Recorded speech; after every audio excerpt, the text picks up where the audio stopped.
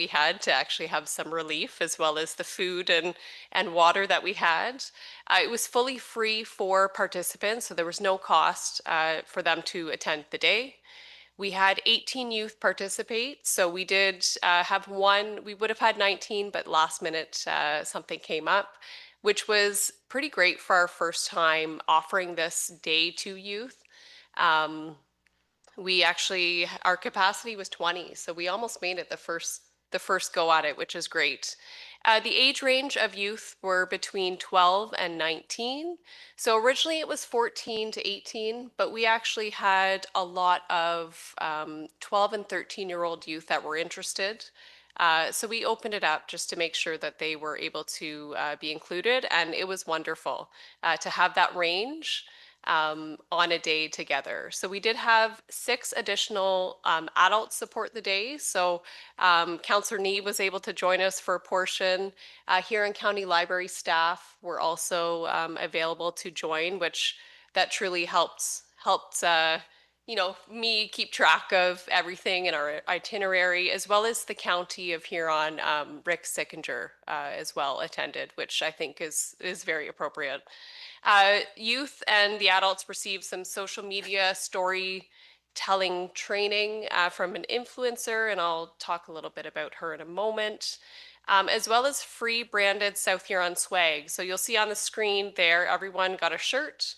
It says South Huron Limitless Horizons. That was kind of the tagline for the day. So we did welcome Jessica Termblom to join us. So Jessica is an influencer from Guelph. She was involved in the Guelph BIA, so we were able to bring her here thanks to the County of Huron and RTO4. So this was kind of an addition to the day that we weren't expecting, but RTO4 learned what we were doing and really wanted to support the day. So Jessica was able to provide the kickoff of the day about social media, storytelling, how to tell your story. And I know that I learned a lot, the adults learned a lot.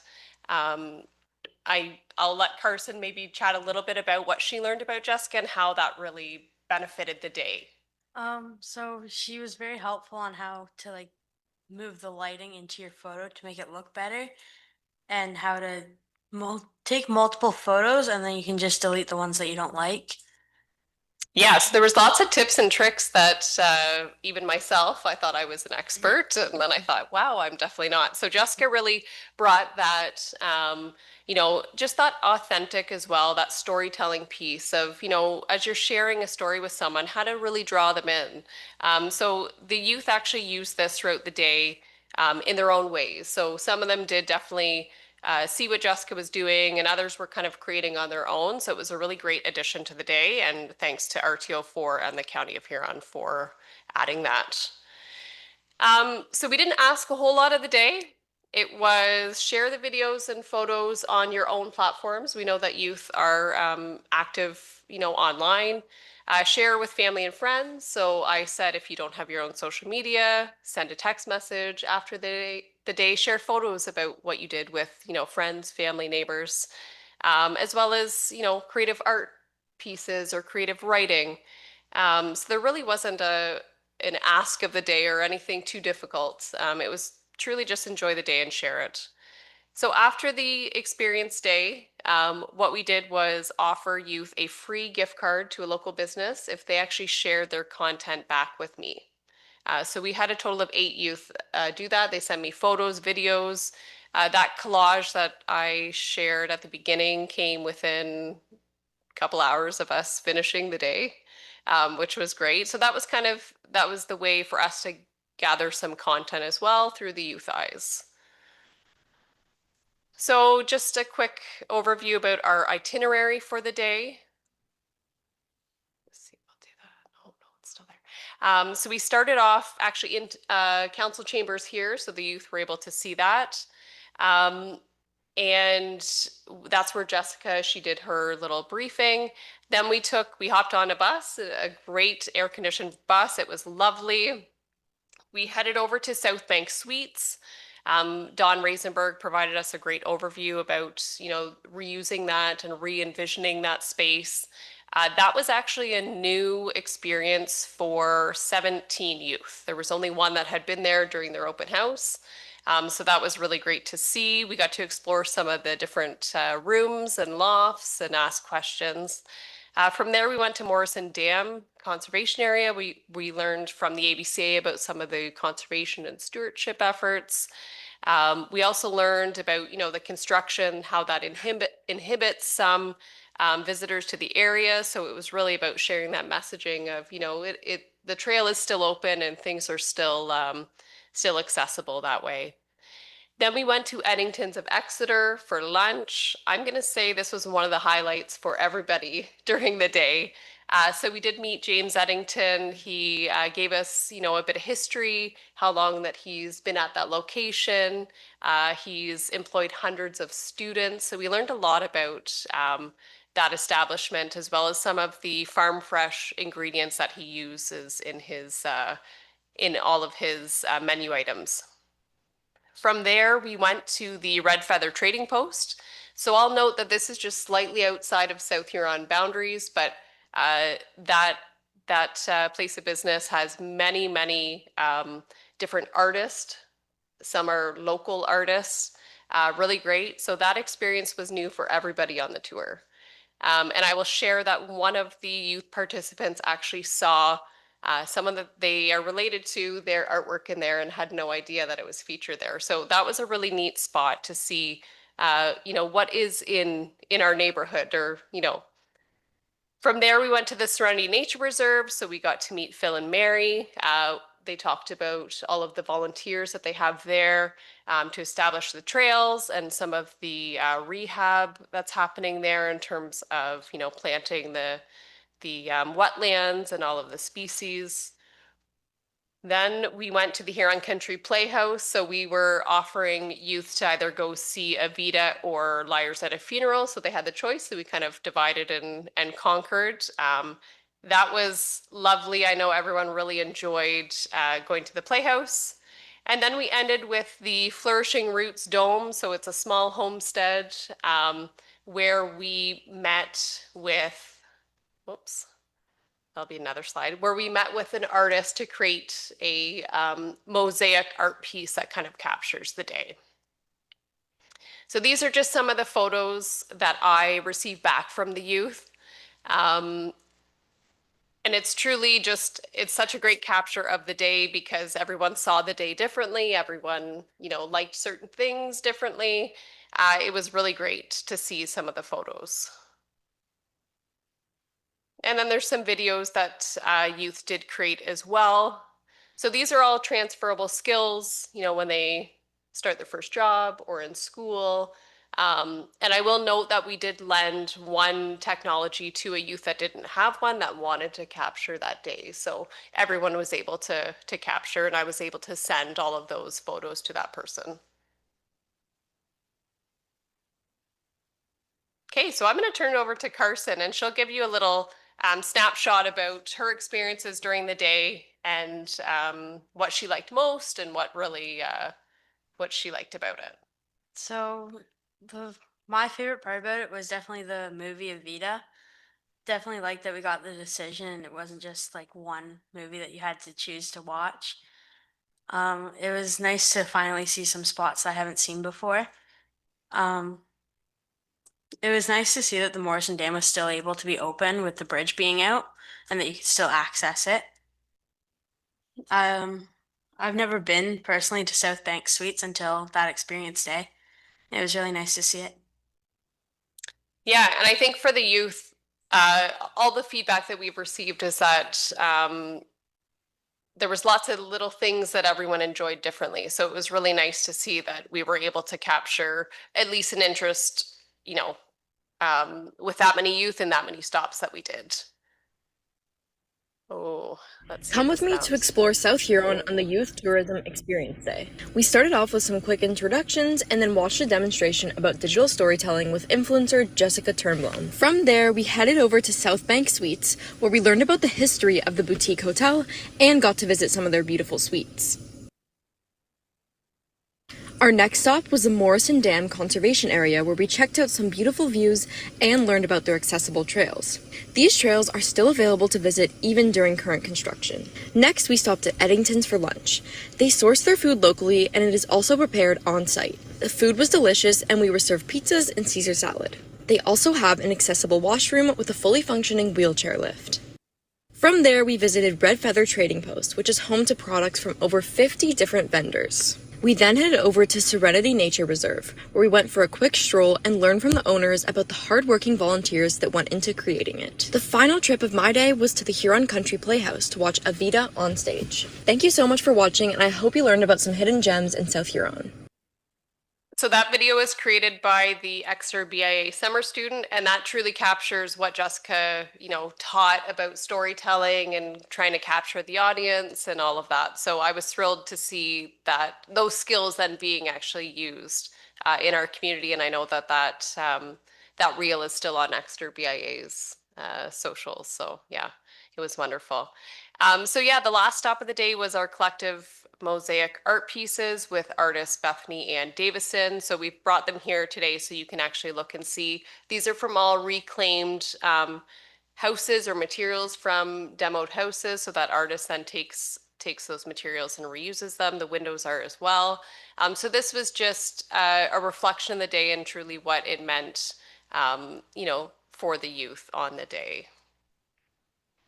So just quickly about the impact. So this kind of gives you the amount that was spent locally as well as regionally. I'll note that I tried to source everything as local as possible, but that, some things I did have to go beyond. So when I say regionally, I mean neighboring counties. Locally means within South Huron directly. So almost $4,500 were spent locally to support the day, almost $2,000 spent regionally to support the day, and about $1,100 invested in training for the 18 youth as well as the adults, like I mentioned. And you'll see the picture there shows some of the swag items that the youth were able to take away from the day. So there's a water bottle, a t-shirt, as well as a pouch, a zippered pouch. So in total, there were 95 new experiences. So new meaning that you've never been there before. So at each stop, we actually collected that data to see how many new experiences were experienced, as well as everybody received the social media and storytelling training, as well as we now have these beautiful collective mosaic art pieces that were created by the youth. So I will note that we are going to have an unveiling of these hopefully in November at the Huron County Library Exeter branch. So we'll group that with a youth open house after hours and invite all of the youth that did participate in the day to attend that. A number of youth made small purchases during the day at 2 locations where possible. So that was Huron Country Playhouse as well as Red Feather, and that was on their own. And then after the day, $320 spent locally to provide the gift cards to youth that provided videos and photos from the day. So just quickly about the impact. So we did do a follow-up survey to see, to gather some feedback, whether, just their thoughts on the day, what we could change, what they really liked. So just some quotes from there is that I thought it was a great way to learn more about the hidden gems in South Huron community. For me, the day was a way to experience new places and meet new people, as well as enjoy time with friends. The day was fun and everything was exciting. It made me realize that we are so lucky to have local businesses and places to visit. Without a doubt, it was a day that made lasting memories. I went home and told all about the amazing, tasty food at Eddington's and how I wish I could have helped out in the kitchen. I begged to take us back so I could try more food off the menu. I laughed so hard watching the play at the Huron Country Playhouse, and I was so impressed with the talented actors. I made new friends, and most importantly, I spent the day traveling around our beautiful home of South Huron. My time at Red Feather was fantastic, and I was so shocked to see my artwork hanging there in a calendar. Thank you for making this day possible, and I hope I get to go back next year. I cannot wait to tell my friends about it. So that is all we have for kind of the recap, and I hope that really provided council with an idea about, you know, what the day looked like and what was made possible through this program. Thank you. That's a great presentation. Thank you very much. And thank you, Carson, for being a part of that. And we're very fortunate to live where we do because we do have all these hidden gems throughout South Huron and region. And we have a great relationship with our partners around the region itself. So I'm glad you enjoyed it. I'm glad the other participants enjoyed it because it means it's worthwhile and we look forward to having it again next year. Thank you so much. Any comments? I know Councillor Neve, you were involved in it. Do you have a comment at all? Yeah, it was an awesome day. The one thing that I think as council we should take away from this is just there's a lot of intangible value to an event like this.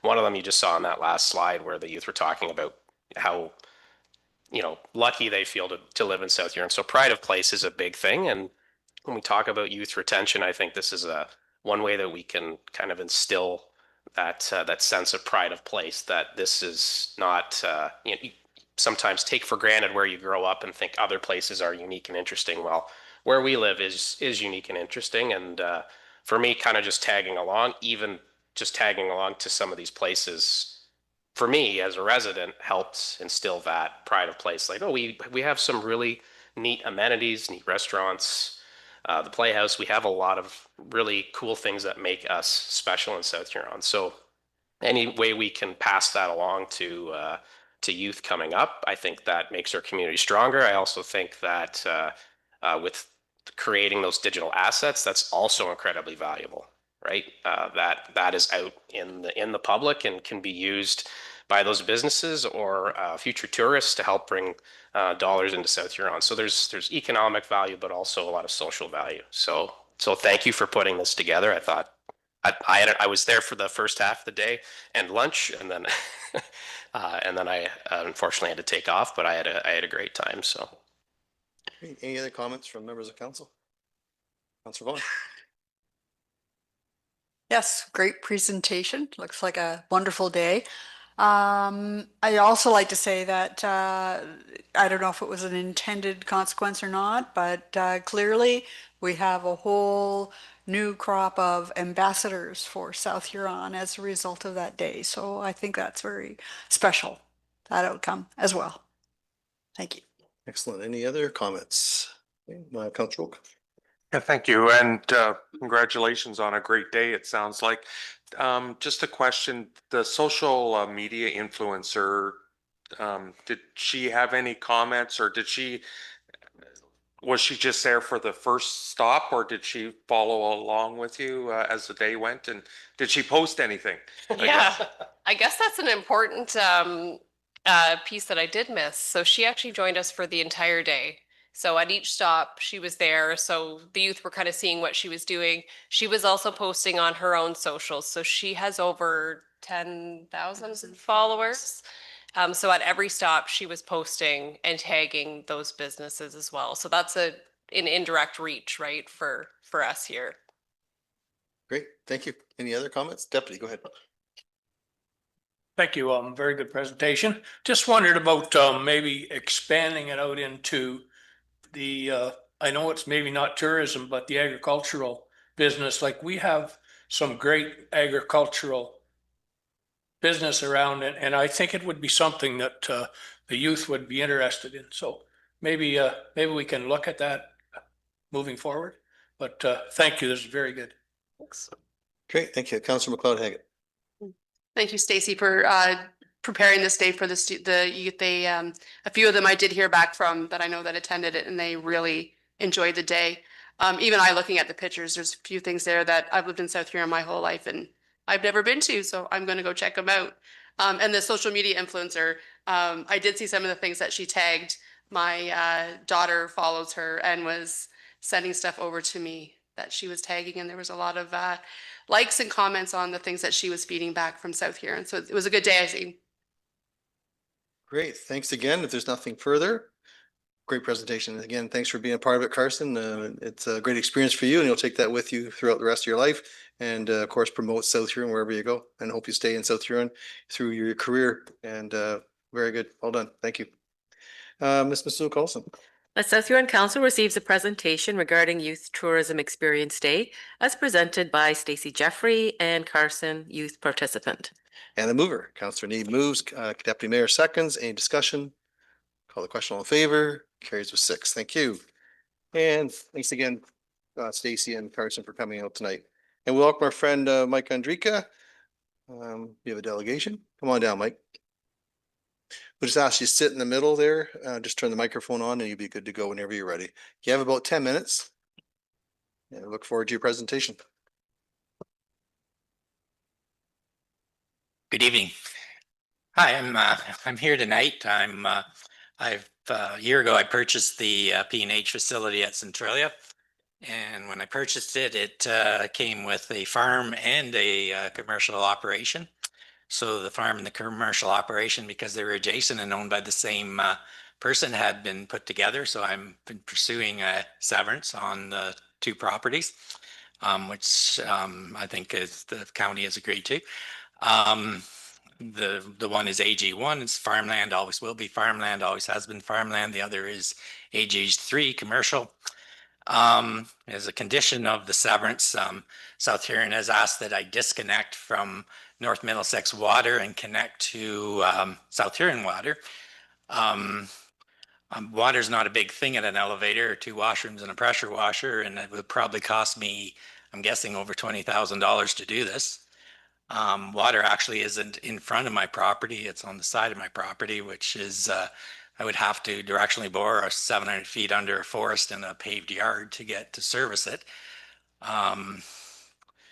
I'm not sure. I feel a little bit like I'm being shaken down here to do this connection because I have adequate water. I basically got Lake Huron water like the property has had for, I'm guessing, 40 years. Works great. So I'm here to object to the ask from South Huron for me to disconnect from North Middlesex and attach to South Huron water. Okay, and that's any of your delegation? You'll take some questions now then? I'll take questions. Sure. Yeah. Are there any questions from members of council at this time? Deputy, go ahead, please. Thank you, Mike, for explaining that. And I have to agree with you. I don't see why you've already got the water. It's Lake Huron water. It comes out of the same pipe. Just a different municipality that's bringing the water across. So I'm in total agreement with you that to me, we need to eliminate that number 7. Thank you. Okay. Councillor Oak, go ahead, please. Thank you, Mayor. I agree with Deputy Mayor, but I'm wondering, I think it's coming up later on the agenda, but I guess I'm just wondering the reasoning that staff is asking for this request. I'm not 100% sure the logic behind the request. Who would like to take that? Ms. Sue Carlson? Through the mayor. It is coming up later on during that presentation part for the consent itself. Generally, at the delegation section, we do not make any kind of resolution or discussion. It's just more of the question thing. If that's okay, if we can wait till there, that is our normal process. Okay, thank you. Any other questions at this time? Okay, Councillor McLeod-Haggett. Just want to echo what my friends here say. I don't see why we would want to try to fix something that's not broken. It doesn't make sense to have a resident pay that much money to tear up something that is not broken. Okay. Any other questions for Mr. Andrika at all at this time? Okay, we'll be following up on this further on in the agenda, but if there's nothing further, thank you very much, Mike, for your delegation. Thank you. You bet. I've never been called a delegation before. So. Yeah, that's okay. It is a delegation by definition. Yeah. Have a good evening. You bet. So, Ms. Masula Carlson. That South Huron Council receives the delegation regarding the conditions of consent application C-23-2025 as presented by Mike Andrika. And a mover, please. Moved by Deputy Mayor, second by Councillor McLeod-Haggett. Any discussion? Call the question, all in favor? That carries with 6. Thank you. There's no public meeting. 7.1, please. That South Huron Council adopts the minutes of the public and regular council meeting of September 15th, 2025, as printed and circulated. And a mover, please. Moved by Councillor McLeod-Haggett, second by Councillor Neeb. Any discussion? Call the question, all in favor? That carries with 5. Thank you. Next item, Councillor Board and Committee reports. That the correspondence minutes agendas of the following committees and or boards be received as presented to council. Blue Water Recycling Association, BRA correspondence, update on small industrial, commercial and institutional collection. Huron OPP Detachment Board, minutes of June 23rd, 2025, OPP report of June 23rd, 2025, and agenda package of September 29th, 2025. Exeter Rodeo, minutes of July 31st, 2025. Sable Bayfield Conservation Authority, Board of Directors agenda package of September 18th, 2025. Upper Thames River Conservation Authority, Board of Directors draft minutes of August 26th, 2025, and agenda package of September 23rd, 2025. Finance and Audit Committee, draft minutes of June 24th, 2024, and agenda package of September 23rd, 2025. And a mover, please. Moved by Councillor Oak, second by Councillor Vaughn. Any discussion? Councillor Oak.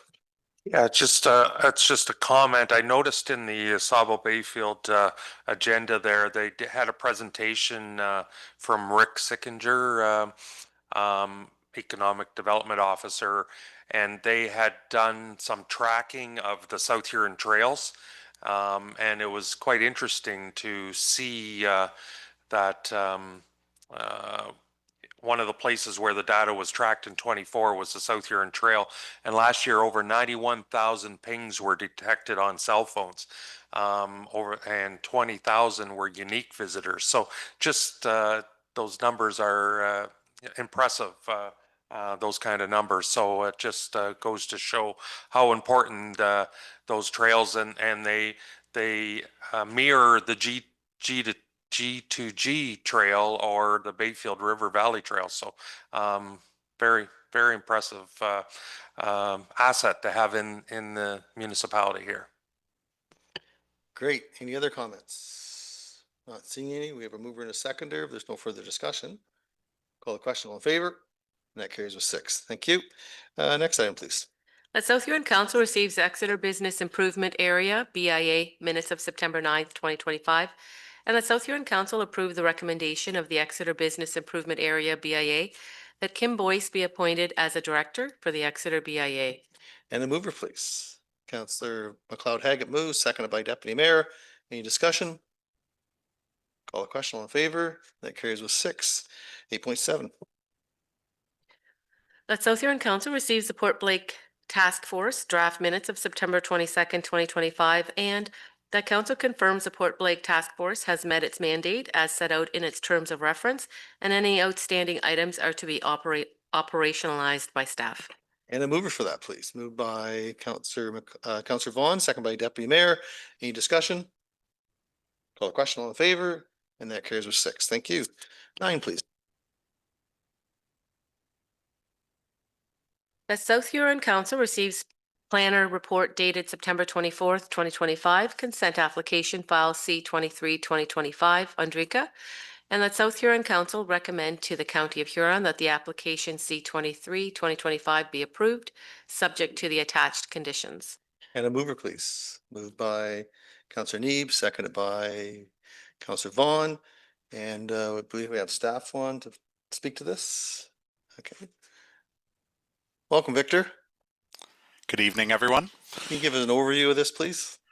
Yes, I think the report outlines that it's a relatively straightforward application. As Mr. Andrika said, he's seeking to recreate an existing, previously existing lot by separating the AG3 commercial elevator business from the farmland. And it really comes down, it's only coming to council because of condition 7 regarding the disconnection of the water service. The condition did come from Don Giberson, but I understand that Mike Rolfe, who's in attendance, has discussed some of the reasoning behind the condition and could potentially answer questions about why that is one of the recommended conditions. Okay, thank you. And we have Mr. Rolfe here. Mr. Rolfe, did you want to comment at this time? Thank you. Through you, Mayor Finch. Yeah, if for the reasoning for the condition, so we are following previous practice with this specific property. In 2017, there was a severance in the southeast corner of the property. There was a agricultural commercial office that was severed from that property, and it had the exact same condition in it that they do connect to the South Huron water supply, and that was completed. Further to that, it does benefit our water system itself. If this property was connected to it, it's more use at the dead end of that service. So it's a 100 mil water service. So the more flow we get through that, the better the water quality will be and less maintenance. So less blow offs on our end if that water doesn't get used. Another reason would be fire protection. So this property does have, or would utilize South Huron's water for fire protection, which they're not contributing to. Okay, so that would be another reason for that. And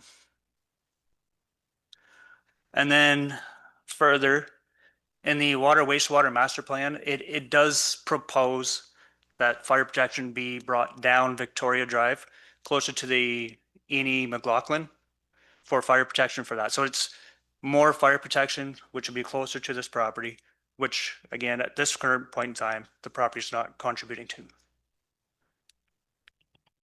Thank you very much, Mr. Rolfe. Any questions?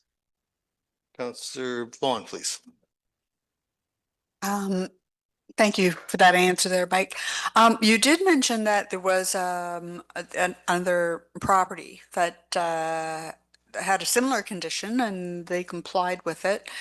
I'm taking it that's that little carve out property on the right on the corner. How did they hook up in terms of there's no pipe running to that particular, there was no pipe running to that particular property. Did they pay to have it all the way extended? Through you, Mayor Finch. That's a question that I don't have the answer to. I'm not sure whether they had to pay for that 4-inch coming through. But all I know is that they did have to hook up to the South Huron water supply. Okay, thank you. Any other questions? Councillor Neeb, you have a question? So just if I'm understanding this correctly, the property that you're talking about, the commercial office space that has South Huron water running to it currently, correct? Through your Mayor Finch. Yes, the 4-inch water main does run down Victoria Drive. And I think it's dead end somewhere around where that property starts. So if Andrika's or if this condition was to remain, they would be connecting north of that point. Okay, so there is availability for the connection there. The water main is right on Victoria Drive. Do you know roughly the distance that would be required? I know the delegation said something like 750 meters or so, but I just looking for clarification. And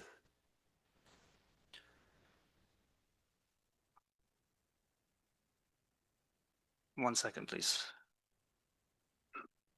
Yeah, so you, Mayor Finch, very high level estimate on GIS. The distance would be roughly 200 meters, give or take, which would be roughly 700 feet. Thank you. Any other questions at all? Councillor McLeod-Haggett. So the requirement for the business on the corner, they had to hook up, I'm assuming when they built that? So you, Mayor Finch, no, it was through a severance process, similar, very same to this. These are the processes or the planning applications where we can, apply these conditions. So it was through the severance. Councillor Oak. Yeah, just some history on that property. That was the office for P&H. They moved from their elevator and built that as an office building initially, and then it got severed after. And as part of that severance, it was part of that, but they're right on the property where the water was. So they didn't have to run a 750-foot line to their property sort of thing. It was right there.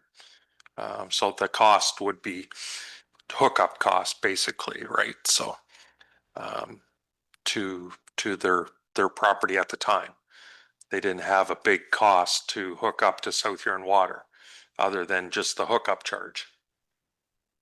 They wouldn't have had to run a 700-foot water line to their property. Okay, thank you. I don't know if Mr. Wolfgang can answer that. Deputy, you had something? Yeah, we're talking about a water line going from Victoria Street. So where would that go and what size line would that be? And who would own that line in the future? I know it's 3 questions. Through you, Mayor Finch. Yeah, so it is anticipated that the water service would be north of the severed property that we were just talking about. So it would start on Victoria Drive, hook up with that water service, and then that water service would head directly west into wherever it's needed within that facility. As Mr. Andrika mentioned, there isn't a lot of water use there, a couple washrooms and a pressure washer. And in saying that, with the distance, you might be looking at an 1.5 inch line, water service line, and it would be private. So you would have a curb stop right at the property line on the east side, and then from there, 1.5 inches into that building, which would be Andrika's responsibility to maintain. Okay, thank you. Any other questions? Okay, Deputy. Thank you. Would there be a cost for the hookup on Victoria Street? So the mayor, typically through these processes, it's the developer or the applicant that pays for that cost. There would be a cost, but not to the municipality. It'd be developer or applicant paid. Thank you. Follow up, Deputy, go ahead. I guess I understand where the applicant's coming from. He's already got a water hookup, which he paid for once, or somebody paid for once. Now we're asking him to pay for a water hookup the second time. So I think that's something that, me personally, I have an issue with that because that's going to cost him quite a bit of money. It's bad enough the water line, but then he's going to have to pay, I don't even know what it is for a hookup for that kind of property, but it won't be cheap. Okay, any other questions? Not seeing any. Victor, do you have any other comments? No, thank you. Councillor Vaughn. Yeah, I just a comment more than anything. I don't really see a compelling reason to go through this expense and make this change. I do recall, or at least I think I recall from the master wastewater study that we did talk a little bit about North Middlesex in that study, and that we thought that perhaps one day North Middlesex wouldn't want us to be a part of their water distribution system. And if that were to occur someday down the road, then I think it should be addressed someday down the road. I don't really see a compelling reason to address that today as a condition of this severance. Okay, thank you. Are there any other questions? Okay, Councillor Oak. I guess I'm just wondering what the next steps would be if we would, if council wanted to remove item number 7 from this consent application. Victor, do you want to respond to that? Or Yes, Alex, do you want I'd be okay. Oh, Alex will respond to it, I guess, here. perfect. Through the chair, so the motion on the table, if council's looking to add an amendment, there could bring forward an amendment to the motion, which would be read and voted on first. And at that time, if that amendment was approved, it would then get inserted into the current motion on the table. The other option could be if council wanted to split the recommendation or in front of them to receive the report first, vote on that first, and then you could vote on the second part or amend the second part separately. Councillor Oak.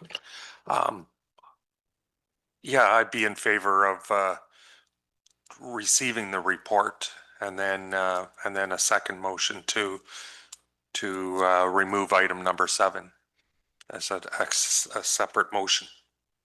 Okay, so we have a mover and a seconder currently, do we not? Okay, so we'll use the same mover and a seconder for that. So I'll ask the clerk to read the motion that we're going to be voting on with the same mover and a seconder.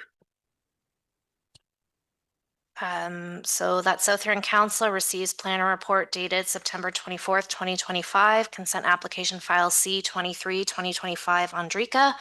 That was moved by Councillor Neeb, seconded by Councillor Vaughn, and Councillor Oak had called for the split. Okay, Councillor Neeb, you're still satisfied with that, and Councillor Vaughn, you're still satisfied as the seconder. Good, thank you. If there's no further discussion on that part of the motion, we'll call the question. All in favor to receive it. And that carries with 6. Madam Clerk? So the second part of the recommendation would be South Huron Council recommend to County of Huron that the application C-23-2025 be approved, subject to the attached conditions. So that's the one that you'd be voting on now, or could do an amendment to the motion to remove condition condition item 7. An amended motion. Councillor Oak, you wanted to make that amendment, and Deputy, you wanted to second that. And if you could read the amended motion, and we'll move from there. So the amendment would be that condition 7 be removed from the attached proposed conditions for application C-23-2025. And that's regarding water service connection. So moved by Councillor Oak, correct? Seconded by Deputy Mayor. Is there any discussion on that? Councillor Neeb, go ahead. Just a question about the current water hookup means that we have a South Huron resident that's paying into another municipality's water system. And I'm just wondering, at some point, that hookup or line may need to be replaced. And I'm just wondering, is there a way that we could maybe stipulate that if there ever needs to be a new private line installed, that maybe it's connected to South Huron as opposed to the neighboring municipality, so that we do have someone? Is that a possibility, or is that? I'll turn to staff. Oh, through the mayor, I might have Victor speak to this, but I'm not sure that the Planning Act allows us to put those types of conditions on. Victor, would you be able to respond? I'm not sure. I am able to respond, but I'm not sure on whether we can regulate this through the Planning Act. I think likely what it would come down to is the operator of the North Middlesex water system. If, as the operator of the water distribution system, they refuse to allow the existing connection to be replaced, that would by default mean that the property owner would have to connect to the South Huron system. I'm not sure if Mike has any further input as chief building official for when we see plumbing applications and plumbing permits being issued, but we don't typically regulate this through zoning, and I think it would run into some legal issues. Mr. Rolfe? Through you, Mayor Finch. Yeah, I agree with Victor. It's not a planning application condition in this specific instance for future possibilities. It would be something along the line of a municipal act bylaw that we can pass. You know, if and when a property needs to be, a water service needs to be redone, repaired, refixed, or whatever, then at that point they would hook into the municipal system. But not something we have in place at this point in time, unless council directs. Councillor Oak? Thank you, Mayor. And just for clarification, with the severed parcel, that the farm part, if they ever put something there, that hookup would have to be a South Huron hookup at that time. Is that my understanding, or would be my understanding? Because that's a separate parcel now. Through you, Mayor French, you're correct. So that separate parcel will be in the north side of the existing elevators on Victoria Drive, fronting Victoria Drive, which would be where the water service for South Huron is. So yes, they would be hooking up to our system. Thank you, Councillor Neeb.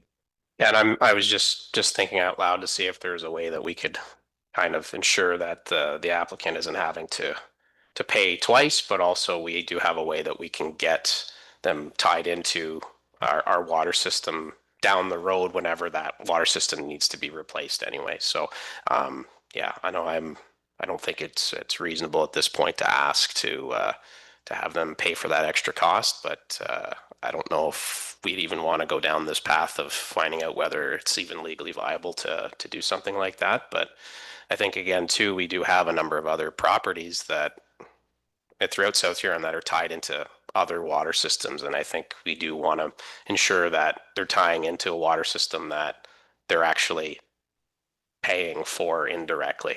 So. Thank you. Mr. Rolfe, any comment about fire protection? Is the North Middlesex system as strong as ours to provide fire protection, or what would happen if there was a fire? Through you, Mayor Finch. North Middlesex would not be able to provide fire protection. They don't have fire protection for this particular property at the north end of their county jurisdiction. Fire protection in this particular case would be from Centralia. It would be South Huron's water supply that would be providing for the fire protection for this property. Thank you. Deputy, go ahead. Right now, I don't think we want to go down that path. We've supplied water to other huge, large fires that weren't not in South Huron. So I think maybe that's something we should not have the discussion on right at this moment. Thank you. Okay, thank you. Any other questions at all? Okay, not seeing any. I'll just turn to the clerk to finalize the recommendation. So the motion to amend the main motion, that condition 7 be removed from the attached proposed conditions for application C-23-2025 and condition 7's regarding water service connection. And that was moved by Councillor Oak, seconded by Deputy Mayor Diedrich. Okay, thank you. We've had a mover and a seconder. Is there any further discussion? There's no further discussion. I'll call the question. All in favor? And that carries with 6. Okay, thank you. I'm sorry, just to then go back to the main motion, so that amends the original, that South Huron Council recommend to County of Huron, the application C-23-2025 be approved, subject to the attached conditions as amended, with the removal of item number 7, which was regarding water service connection. And so that would have been originally moved by Councillor Neeb and seconded by Councillor Vaughn. Okay, still satisfied with that, Councillor and Councillor? Thank you. Is there any further discussion on that? Not seeing any, call the question. All in favor? That carries with 6. Thank you. All right, next item, 9.1.2. That South Huron Council receives plan and report dated September 23, 2025, removal of holding symbol application SHU Z06 2025. And a mover, please. Councillor McLeod moves, second by Councillor Oak. Any discussion? Call the question. All in favor? That carries with 6. Thank you. 9.1.3. That South Huron Council receives staff report BPS 10 2025, surety bond policy update for information.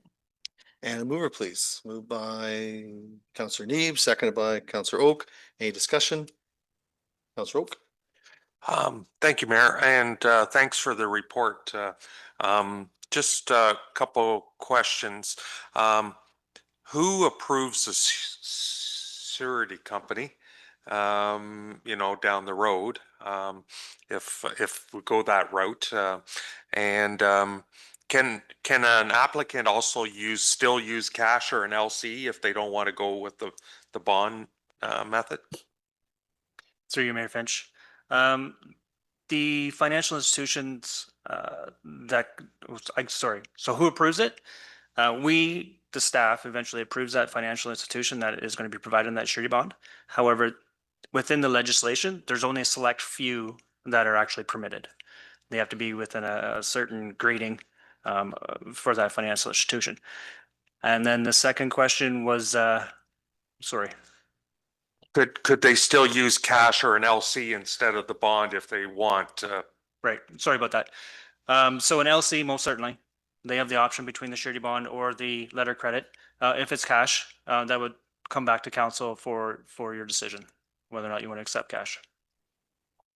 Okay, any other questions? Councillor Vaughn. Thank you. Yeah, thanks for the report, Mike.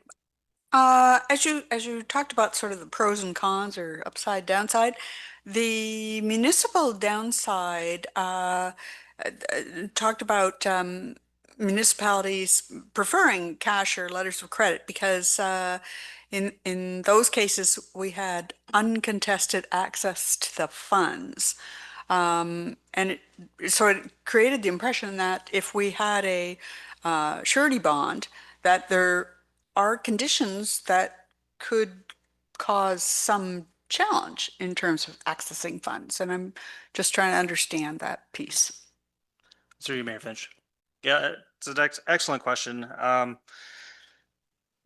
Previous interpretation of bonds was that it was hard to receive any monies back from that surety holder just due to the fact that they don't want to give up that money. They're always going to push. However, within the legislation, it specifically says that when the municipality demands funds from that surety bond, that financial institution or that surety provider has 15 days to provide us with those funds. So it is right in that legislation as to the process for us to collect those bonds if there's a default on any kind of the requirements within the agreement. Okay, so that sounds more like it was a past perception of what could happen with a surety bond. Correct. And this legislation has taken care of that risk. So we don't have that risk. Correct. Thank you. Great. Any other questions at all? Okay, not seeing any. We have a mover and a seconder. There's no further discussion. Call the question. All in favor? Carries with 6. Thank you. And 9.2.1.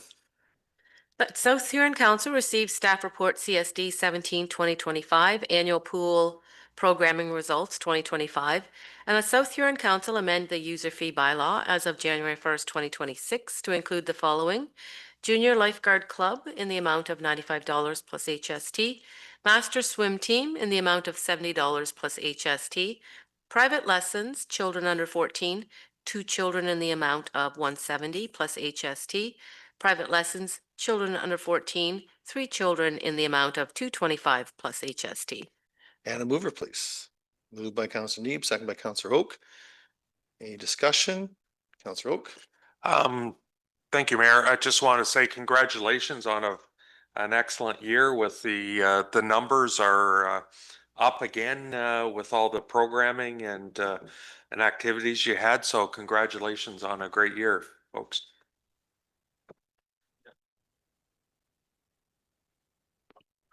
Yes, through the mayor, thank you, Councillor Oak, for saying that. We actually have our pool coordinator here, so I can't take the credit for that. I would pass it off to Maddie for all the work that she's done at the pool and the wading pool. So if it's okay, I'd just like to read a little bit about Maddie and help explain her impact on the community and at the pool there. So Maddie obviously has been an integral part of the summer staff team, especially at the pool and the wading pool. Maddie's been with Municipality South Huron since 2016. So she's started as a wading pool attendant, worked to a lifeguard, and then most recently for the past 4 years has been the pool coordinator. During her time, she's made a lasting impact not only on the staff, but the residents here. Having gone through a season with Maddie myself, I can attest to the fact that she leads with a lot of kindness, dedication, has a calm, dependable presence, and sets a tone for the entire pool team. She's constantly smiling, always has a positive attitude, and she's created an atmosphere where people feel encouraged and appreciated. Her leadership towards the pool staff has not only created teammates, but a really strong bond amongst them where they understand how important it is to jump in and help each other, and to our benefit, come back year after year. Beyond the leadership, she's constantly gone above and beyond to ensure residents have access to high quality and meaningful pool programming. So she's listened to the feedback from the residents or users at the pool, understands the needs of the community, and brings forward some new ideas. So very creative in her programming. I'm always happy to help her assist in that. And she's involved in every part of the process. So she's helped develop, created programs, develop them, oversees all those registrations, and helps to market and promote programming at the pool. So Maddie, Jeremy and I hope you know that you've made an impact on the community. You shaped the space for both the staff and the residents. Through your efforts, countless residents have learned essential life-saving skills, which is a lasting benefit to our community's safety and well-being. So I just want to thank Maddie for all her years being here, and most importantly, as the last 4 as the coordinator. So yeah. Yeah, thanks, Matt. You want to come down and say anything at all? I know you're humble, but we're going to ask you anyways. Are you sure? Well, we're very proud of you. You've done a great job. Everywhere I go, when we talk about the pool, your impact has been felt everywhere. You've left a very positive impact on all those young people, and you don't know how many lives you've saved because of your skills. So we're very proud of that. Your family, I know your mom and dad very well, and your brother, I'm sure they're very proud of you too, because you've really made a difference in our community. And thanks.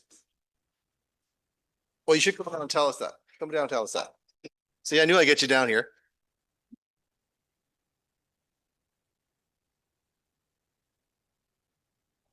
Yeah, we want to put this on the record. Go ahead, Maddie. No, thank you. We've had a great team of lifeguards, and obviously we couldn't have done it without them. It seems like every year our team grows, which is great. Everyone works so well together. And thanks to Amanda, we implemented some new programming this year that I think was received very well, and I'd love to see it continue to grow in the future. So thank you. That's awesome. Like I say, everywhere we go, we talk about the pool, and it's just the success. Then that you're a big part of that success. But your leadership is being felt everywhere. And again, how many lives you'll save over the life of those young people is unknown. But you know, there's no measuring stick to measure that. So congratulations on your success. Comments from members of council. Councillor Vaughn, please. Yes, thank you. I would say that, yes, it's a great report, great work by Amanda, Maddie.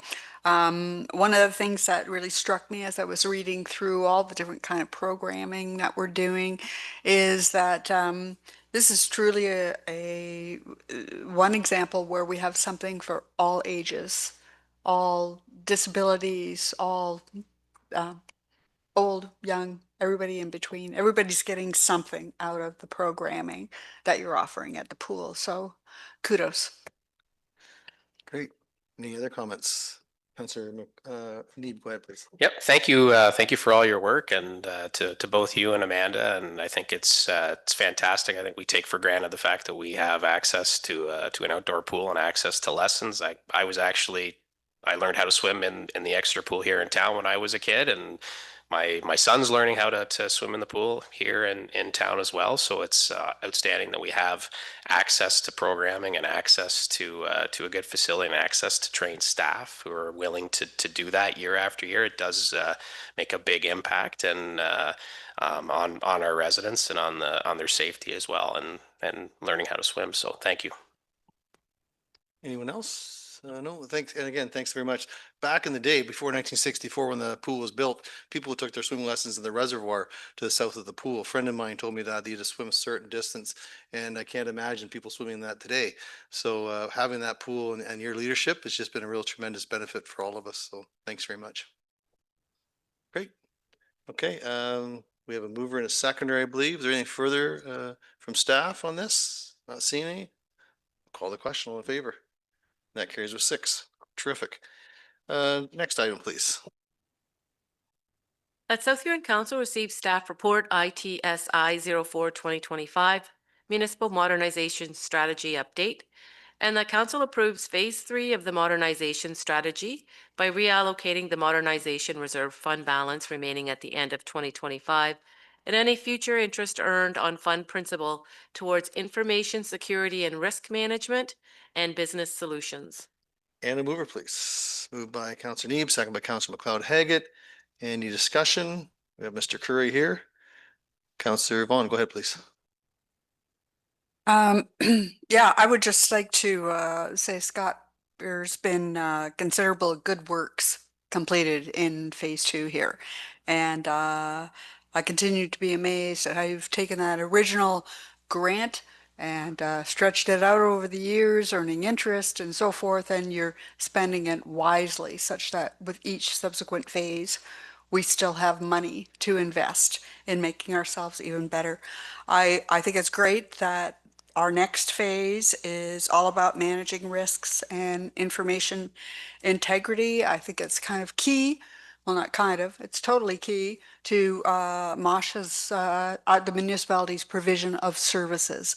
So it's a tough job to get your mind around in terms of all of the security threats that we have in the cyber world and in managing our information safely. So I'd like to report, and I'd like to thank you very much for looking after our risks. And we echo that. Thank you very much, Mr. Curry. You have a comment at all? Just to say thank you very much. It is a team effort. I sit beside great people here. So it's all of us together working to address these risks and mitigate them. But thank you. Thank you. Any other comments from members of council? Okay, we have a mover and a seconder. If there's no further discussion, I'll call the question. All in favor? And that carries with 6. Thanks, Mr. Curry. Next item, please. The South Huron Council received staff report CL 16/2025, application to repeal heritage designation bylaw number 23/1993, and that council authorized the clerk to issue a notice of application received to repeal bylaw 23/1993 for 12 Victoria Avenue East, Crediton, in accordance with section 32(1), repeal of designating bylaw owners initiative of the Ontario Heritage Act. And a mover, please. Councillor Neeb moves, seconded by Councillor Oak. Any discussion? Councillor Neeb, go ahead, please. Thank you. Through the chair, I was just wondering if the clerk could outline what are the steps in the process, because there is a public process for this, I believe.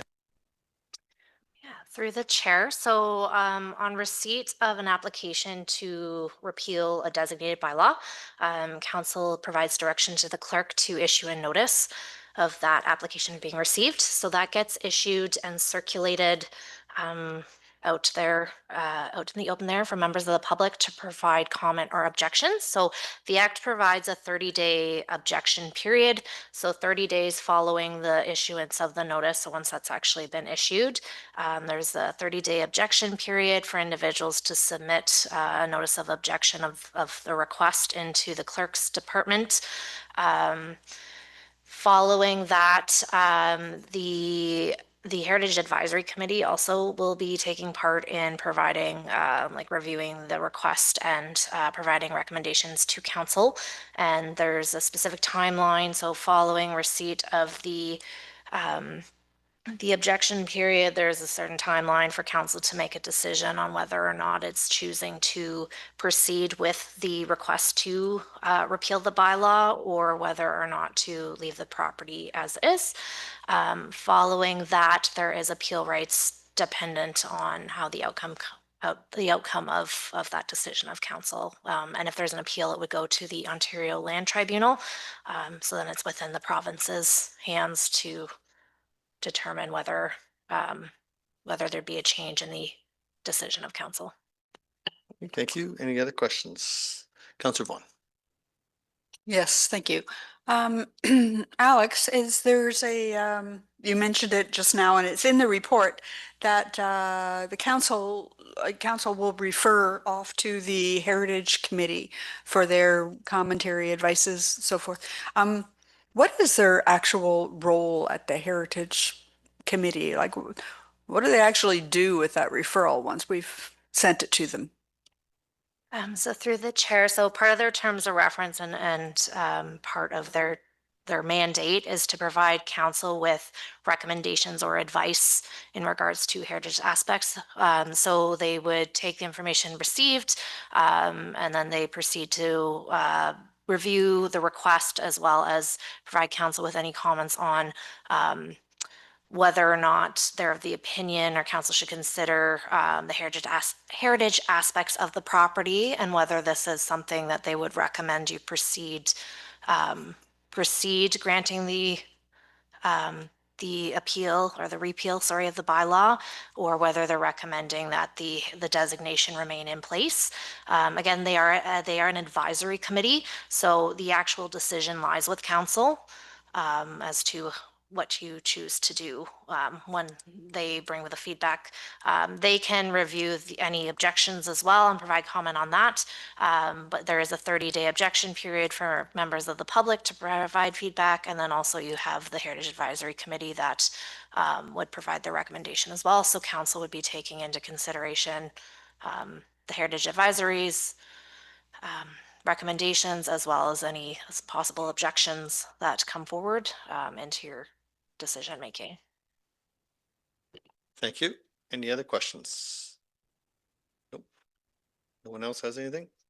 Okay, we have a mover and a seconder at this time. If there's no further discussion, I call the question. All in favor? And that carries with 6. Thank you. 9.4.3, please. Through the mayor, for this one, we need a couple of volunteers.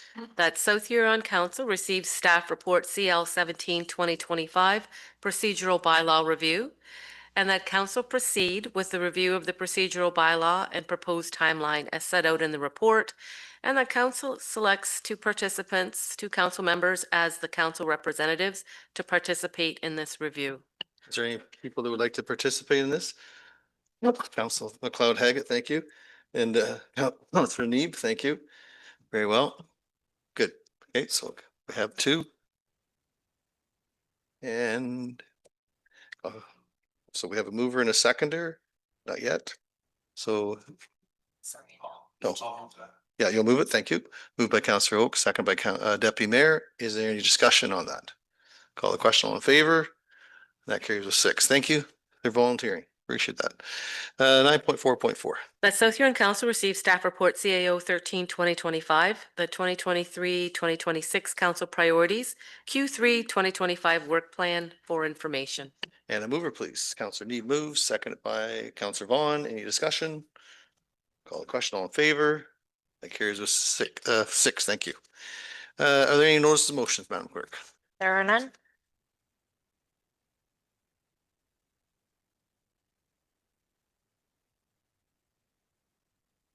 Items just arising from the previous meeting. Are there any at this point? Not seeing any. Thank you. Delegations from previous meeting, Sunset Community Foundation. Any discussion on that? Councilor Oak?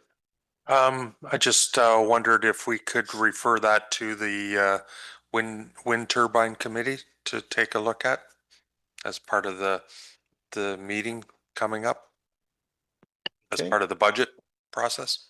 Likely need a recommendation, a motion for that, please.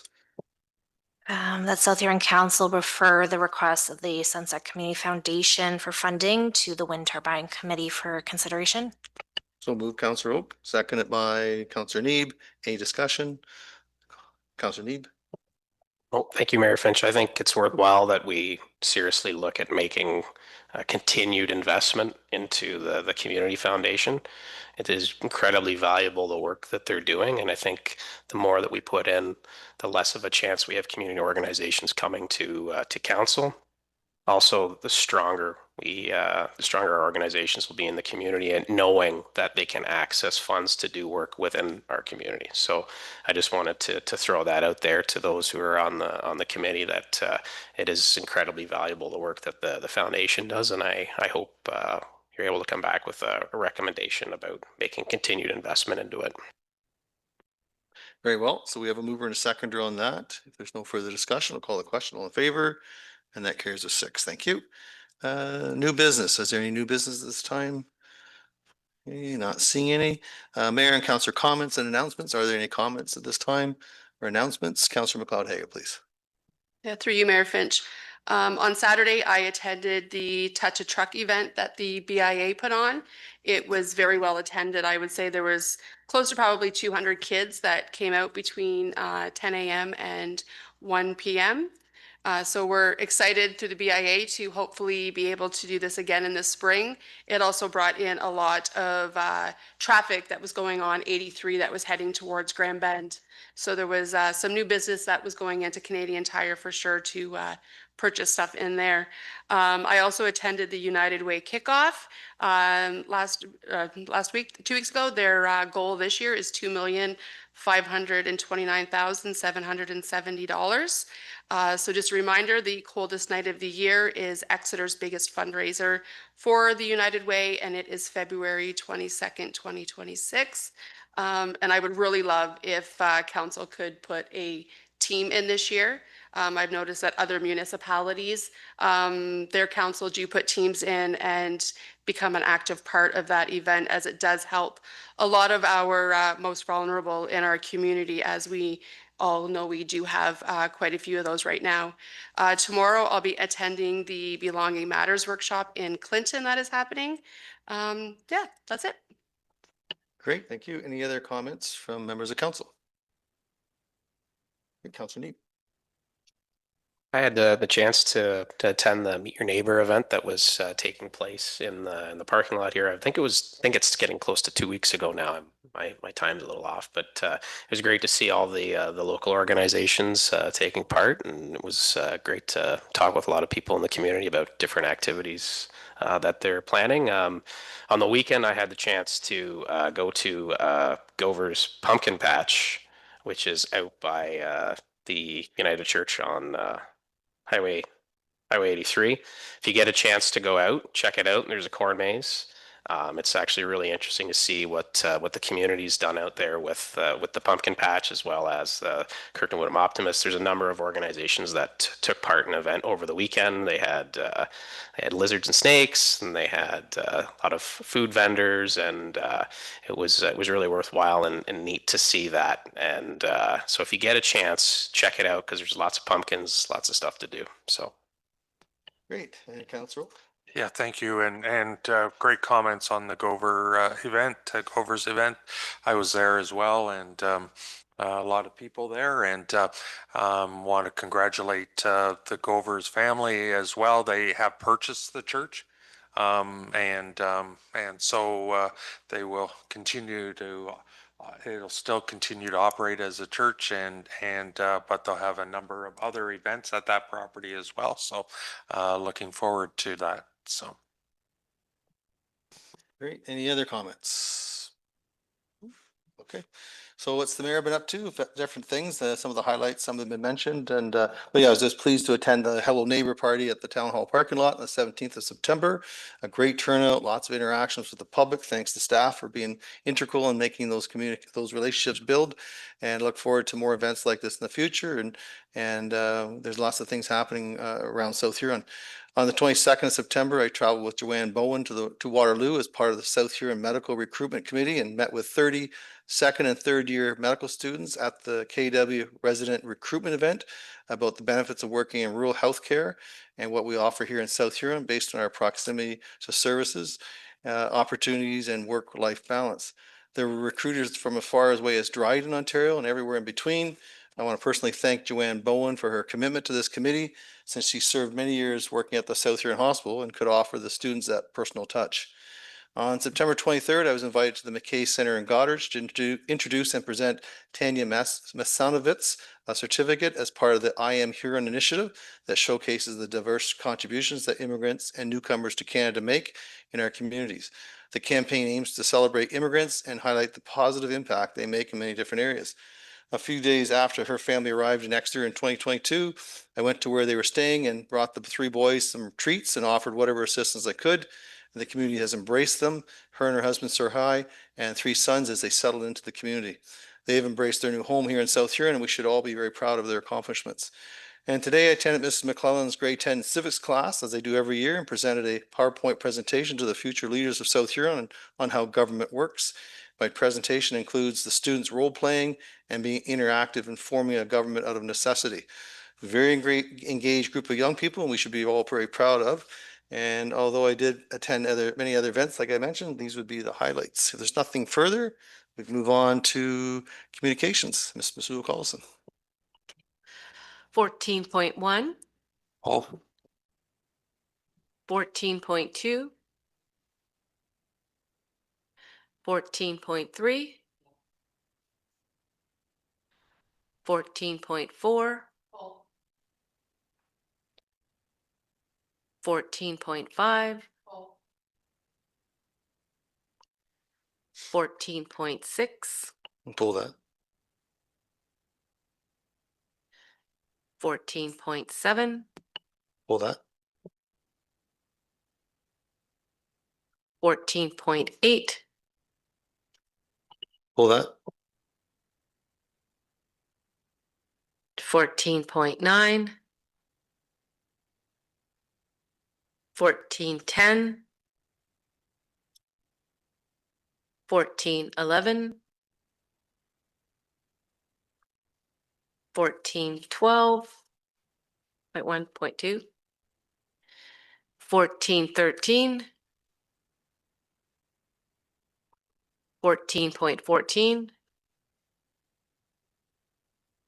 14.15, 14.16, Pull that, please. 14.17,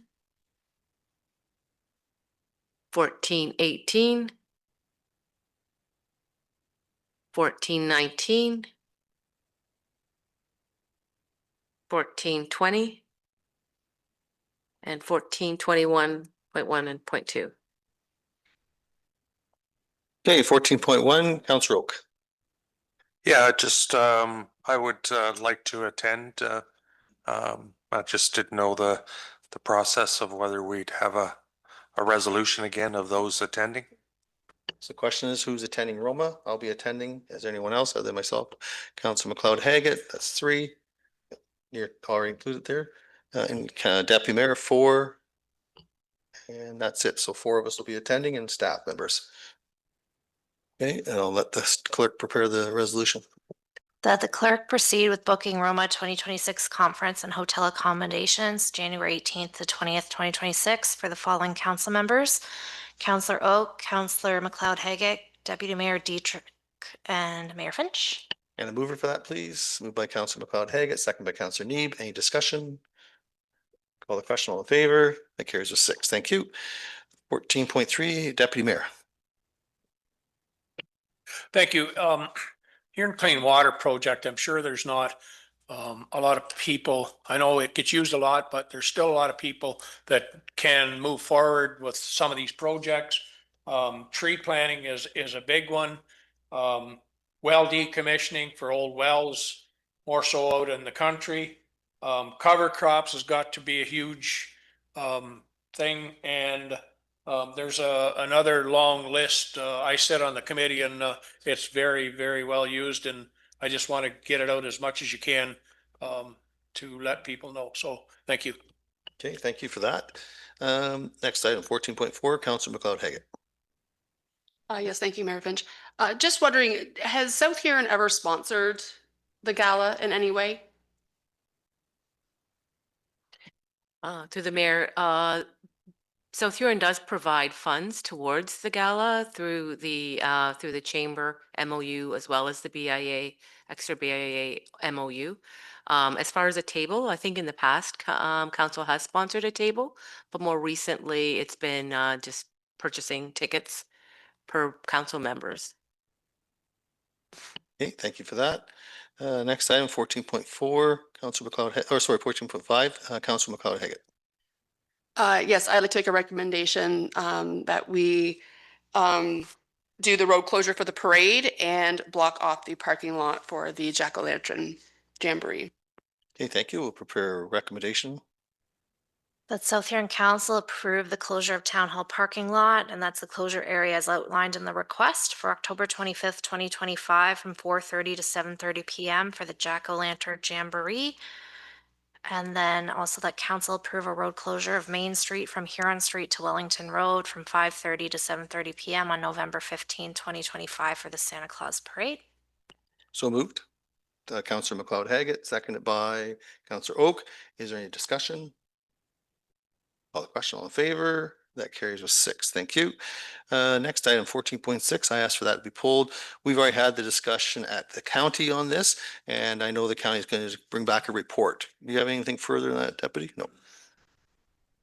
No, I think county is supposed to be, bringing back a report to see whether we put up bigger stop signs or what the process is, because it sounds to me like it's a pretty bad corner. So thank you. Yeah, no, that's fine. I went and talked to Joanne Middleton a couple of days afterwards, just so she's aware. And yeah, so that's all I have to say on that. 14.7, I've asked for that to be pulled. I'm wondering if there's any support from council to support this correspondence as a delegation. I know county council is going to do a delegation or proposing a delegation to the Minister of Education, and they are behind what Ms. Van Esbrook is doing. So I would suggest that might be something council here could look at in supporting Huron County and asking for a delegation with at Roma with the Minister of Education. Councillor Oak. Yeah, thank you, Mayor. I agree that would be when the requests for delegations come out, maybe that's one that we could include as well. Yeah, so the county is actually, it's in the report that they'll be asking for that request. So this is a matter of requesting us to, or supporting them in that endeavor. Is that what you're looking at? Or No, I'm thinking of having our own delegation to the Minister of Education on this topic? on this topic. Okay, all right. Because it is very important to our community. I, it's great that the county's doing it as well. But it's, there's 200 to 300 families that are being affected in South Huron because of this. So we need to push it forward as well. Okay, very well. We can, Mr. Sue Carlson, do you want to look at delegations now, or do you want to wait till later? Through the mayor, we can wait and we can come up with a list and then do a resolution once the delegation's open. Okay, satisfied with that? Okay, we'll do that. Next item, 14.8, I'm just wondering through staff if maybe we get a report back from that. That's okay. Is there a person who would like to make a motion for that? Councillor Neeb moves and seconded by Councillor Oak to bring back a report on 14.8. And I'll let our clerk prepare that.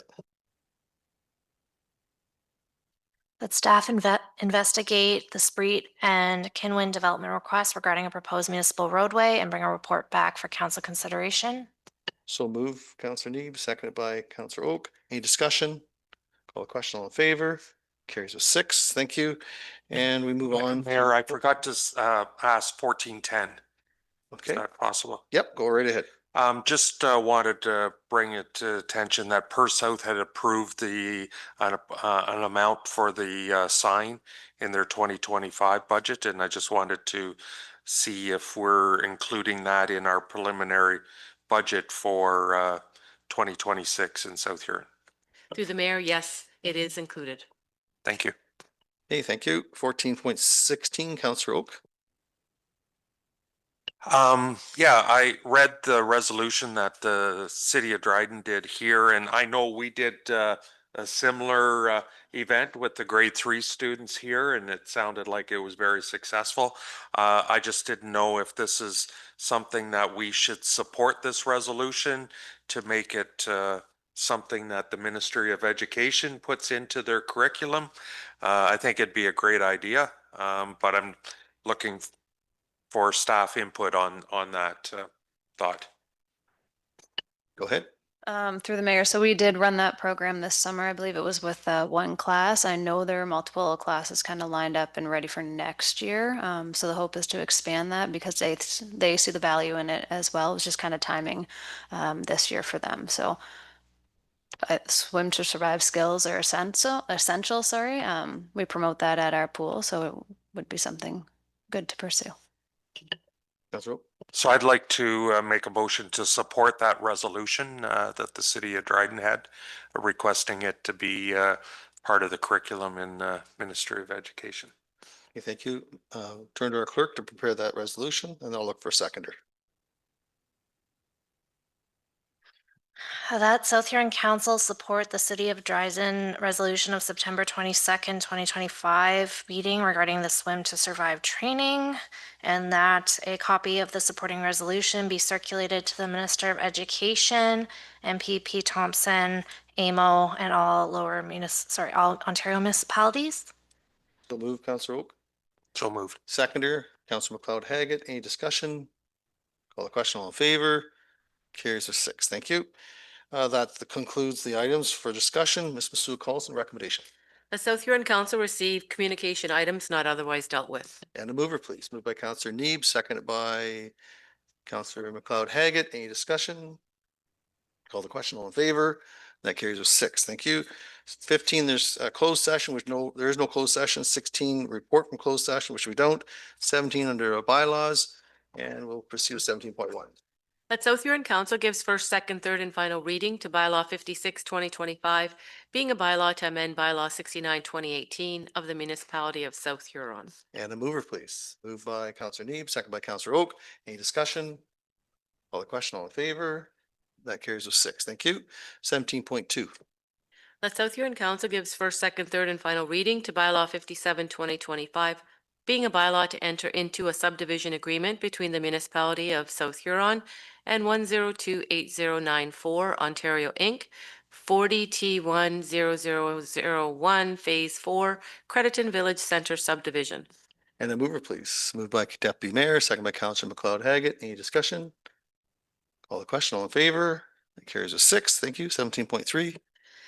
South Huron Council gives first, second, third, and final reading to bylaw 58, 2025, being a bylaw to amend bylaw 69, 2018 of the municipality of South Huron for lands being described as part lot 10, concession 6, Stephen Ward, municipality of South Huron.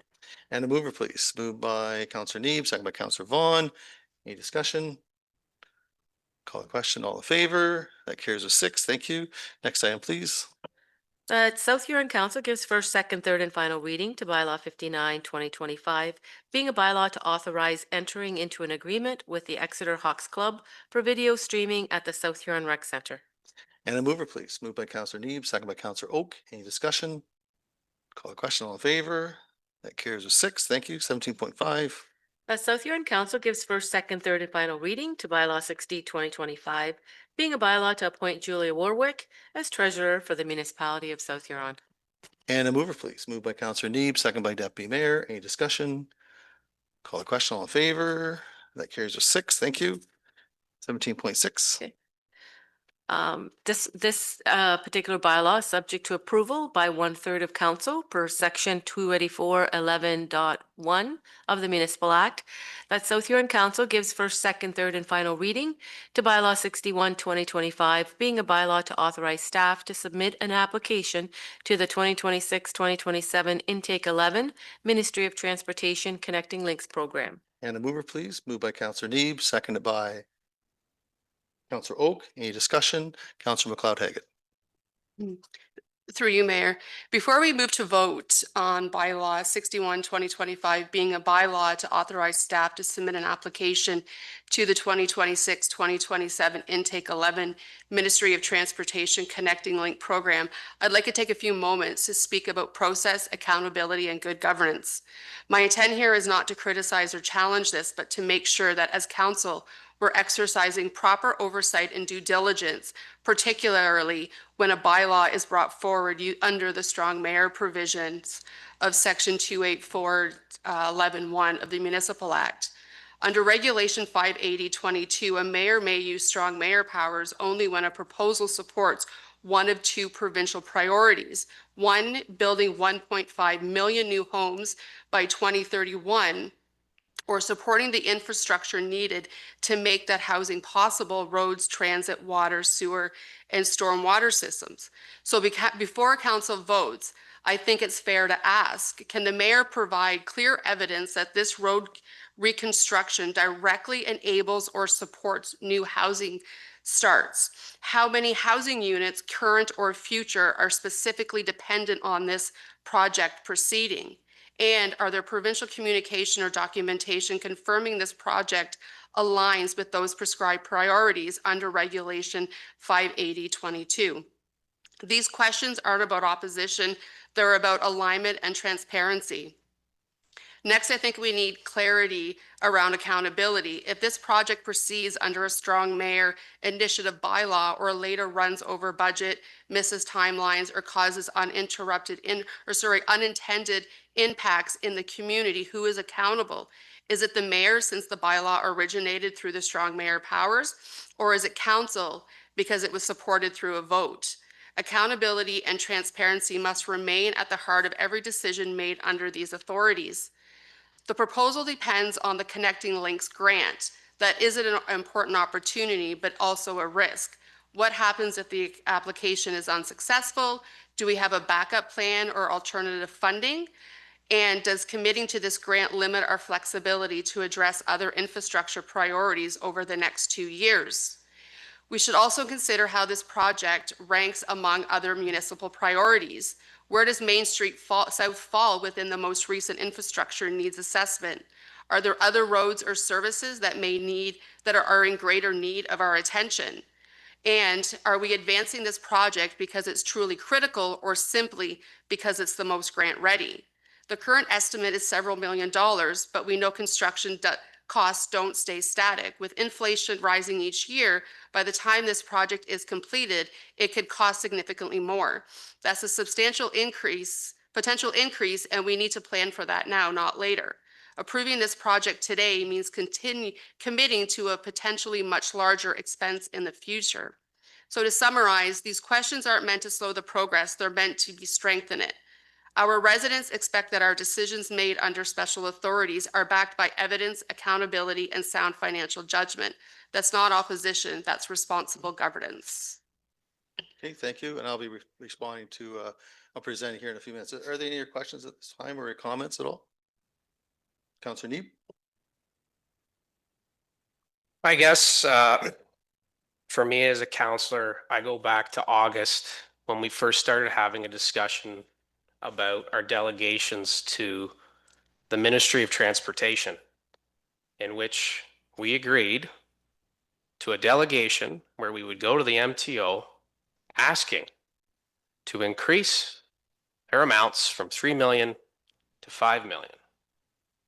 A number of people sitting around this table went to that conference, sat in that delegation, asked for an upper limit of $5 million, to which the MTO has agreed and has reached out to staff.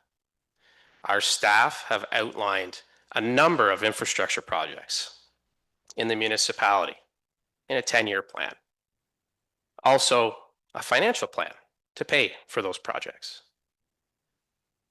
We have the ability now to apply for a grant that can cover a significant cost to our user fee payers. 5 million bucks can go towards putting new services in the ground that are over 60 years old without sacrificing the work that also needs to be done on other roads and other areas. This is, to me, a slam dunk. We have received 2 connecting link projects so far. There's absolutely no harm in applying for more funding that, if successful, I'll repeat, we would receive $5 million that our user fee payers would not have to pay. How is that financially responsible? Talk about accountability and transparency. So the fact that it even had to go this far says a lot. We could have all agreed to making a motion, receiving a report back once we got our user fee study back. We could have made a reconsideration to move forward with the grant. And again, this is based on staff. We are not experts in this field. When we're asked to make an application, what is the harm in making an application? We do not lose anything and stand to gain $5 million. So while I am apprehensive about using strong mayor powers or supporting strong mayor powers, I have to ask myself the question, what's in the best interests of the residents of the municipality of South Huron? What's in the best interests of our user fee payers? Not applying is not in their best interests. So no matter which way you cut it, someone is losing out. We had an opportunity as council to support a logical recommendation from staff. So I'm just as disappointed that it has gotten to this point. But here we are. Thank you, Mr. Neeb. Any other comments? Councillor Vaughn. Yeah, okay. So, we had this discussion, or we had a discussion pretty similar to this resolution that's before us tonight, last council meeting. And I'm basically just going to say what I said last time, which is I do remain concerned about the cumulative effect of multiple recent and unplanned projects that have been around connecting links or water and sewer, without having the tool of our water and wastewater study to take a look at in terms of how much money have we already spent in that regard. I realize that that report from Watson is late, and so we're actually being asked as council to make a decision in the absence of information about where we are financially on the water and wastewater systems. I do know that if we apply for this and we are successful, then we are obligated to go through with this project. We don't have a opportunity once approved to say, oh, you know, now we've taken a good look at if we're able to afford this or not. And we can't back up and pretend that we never made that application in the first place. So I remain concerned about affordability for our citizens, for our users, and I remain concerned about living within our means. I still feel we have an absence of information on what the rates are going to be in the future on our users. And so this is different. We're going into a strong mayor power type of resolution now, where we are actually requiring less people around the council table to vote in the affirmative to get it to pass. And but my thoughts are really not much different than they were last week or last council. Councillor Oak. Yeah, thank you, Mayor. Just for clarification, and maybe staff can help me. The application is up to $5 million that we could qualify, and that covers the road and the sidewalks and curbs. The user pay would still be on the hook for the $2 million if needed to be done at the same time, or whatever that dollar amount is. We're throwing around $2 million based on the last intake. So the user fees would still be, our user payers would still be on the hook for the $2 million. The $5 million was the levy portion. Is that correct? That is correct. Any other comments? Deputy, go ahead. Thank you, and I apologize because I was not at the council meeting, so I don't want to get into this discussion, but I just have one question, is when does this have to be submitted? When's the application deadline? Okay. Thank you. There is some, I'd have to take a look at that. Just give me a couple of seconds here. But there is also the engineering that needs to be done. So there's quite a substantial amount of engineering that needs to be completed before the submission. For some reason, I'm thinking mid-November. But if you could just hold on, I'll take a look. Deputy, any follow up with that? Because timelines are very strict here. I agree. That doesn't leave a lot of time for engineering work to be done to put this application in. And I'm kind of, I'm not saying no more. Any other comments? Not seeing who I'll speak to this. Deputy, you want to take the chair, please?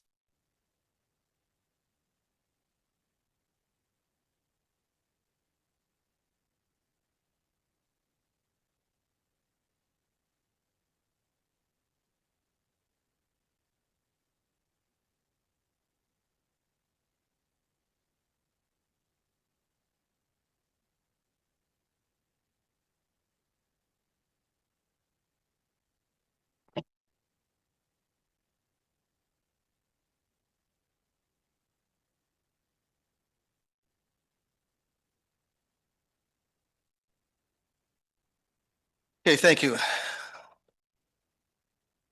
I've introduced this bylaw under the strong mayor's powers due to a recent decision by this council, a democratic decision, mind you, on September 15th, 2025, under item 10.3.2. Since there has not been a reconsideration of that decision, I am using the only authority left available to me, and I'm doing so in the best interest of South Huron taxpayers. As a result, and under the authority of strong mayors, I'm of the opinion that we need to pursue funding opportunities that align with provincial priorities that will benefit the municipality of South Huron, especially since we as a council have had delegations with the MTO asking that the funding amount be increased to $5 million when $3 million for Connecting Link funding. Many of our decisions will have long-term consequences for our municipality that extend beyond our term of council and should be made in the context of South Huron's plans for long-term health and welfare to South Huron.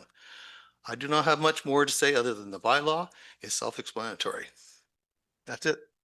And I've been placed in this position because the province has given me the strong mayor's powers and council made a decision. And I said back in April, if you put me in a position, I will have to use them. That's all I have.